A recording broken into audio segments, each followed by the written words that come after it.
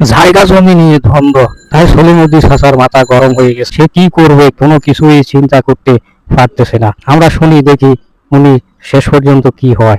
এই সলিমুদ্দিন চাচা, এই জায়গাটা আমার, এটা তুমি ছেড়ে দাও, না হয় তোমাকে কিন্তু মেরেই ফেলবো। হানকি ভাঙো সালিমুন্দি, এই জায়গা ছাইড়া দিয়ে।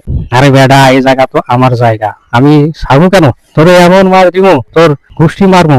সালিমুন্দির বেডা, তাড়াতাড়ি এখান থেকে যা। এলাকার চেয়ারম্যান মেম্বার আমার কিছুই করতে পারবে না। তুই খামাখা আমার পিছনে লাগিস না, ঠিক আছে? তাড়াতাড়ি চলে যা।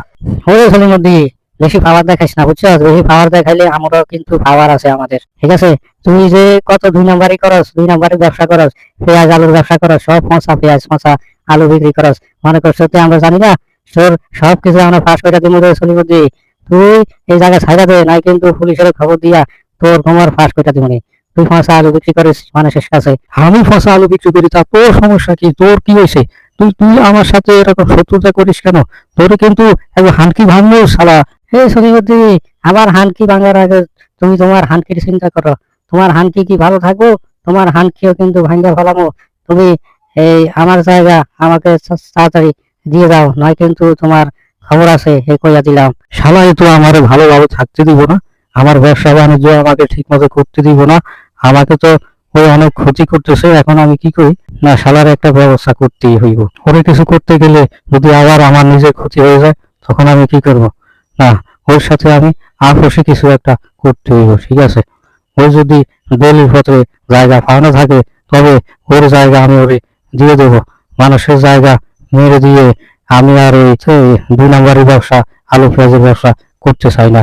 ও জায়গা দিয়ে দিব, 2 নাম্বারের ব্যবসা ছাইড়া দিব, আলু পেঁয়াজের পচা আলু ব্যবসাও ছাইড়া দিব, একবারে ভালো হয়ে যাবো।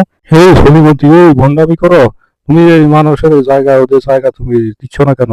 হ্যাঁ, তুমি এইগুলা দখল করে কেন রেখেছো? তাড়াতাড়ি তাদের জায়গা দিয়ে দাও। আমি ওনাদের জায়গা আমি দিয়ে দেবো, ঠিক আছে? আমি চিন্তা করছি আমি এখন থেকে ভালো হয়ে যাব, আমি ওনাদের জায়গা দিয়ে দেবো। ঠিক আছে সলিমতি, তোমার কথাই রইল। তাহলে আগামীকাল তুমি তাদের জায়গা দলিল সহকারে জায়গা দিয়ে দিবে, ঠিক আছে? আর কোনো ভেজাল করবে না। আর পচা আলুর ব্যবসা ছাইড়া দিয়া ভালো হয়ে যাও, একবারে ভালো হয়ে যাও। নামাজ সালাম পড়ো, বুড়া হয়ে গেছো। হ্যাঁ, ভালো হয়ে যাও। ওই মানুষের সাথে ভেজাল করার কোনো দরকার নাই, ঠিক আছে? হে মন্ডল, তুই কি মনে করছিস আমি সলিমুদ্দির ফোলা? আমি এই জায়গা জীবনও ছাড়বো না। আমার বাপে যদি ছাইড়া দেয়, আমি এই জায়গা ছাড়বো না, ঠিক আছে? তোরা আমার বাপরে বরফ পাইয়া ওর কাছ থেকে এই জায়গা দখল করে নিতে চাস, কিন্তু আমি মাইনা নিব না। আমি ঘাটতে সেলিম, আমি কিন্তু কম না। আমি কিন্তু তোদের হানকি একেবারে ভাঙ্গা ফেলামো। তোরা ধরা, আমি এখন থেকে আমি গুন্ডা বাহিনী নিয়ে আসতেছি, তোদেরকে আমি শেষ করে দিমু। তোদের হানকি ভাঙবো ঘাড়া। আমি আইতাছি রে, আইতাছি। ওরে সলিমতির ফোলা, বেশি ক্ষমতা দেখাস না, বুঝছস? তোর মতো ক্ষমতাবান অনেক মানুষ দেখছি, শেষ পর্যন্ত পায়ের তলায় ওঠাই হয় নাই। তোরা বেশি ক্ষমতা দেখাইস না, তোদের ক্ষমতা বেশি দিন থাকবো না, ঠিক আছে? আর তুই কি করস? তুই ফচে ফচে রাস্তা রাস্তা হাঁটস, ভাদাইনের মতো চলাফেরা করস, কাজ করস না, কাজকর্ম করস না, কিছু করস না। তোর তোরে কি মানুষ ভালো কয় রে? হ্যাঁ, জায়গায় জায়গায় যায় ভেজাল লাগাস। শোন, একটা কথা বলি সলিমুদ্দিন খোলা, তোর বাপে ভালো হয়ে গেছে, তুইও ভালো হয়ে যা। আর যদি ভালো না হস, তাইলে কিন্তু আমরা উল্টা রিয়াকশন নেব। তোর হানকি ভাঙবো সলিমুদ্দিন বেটা।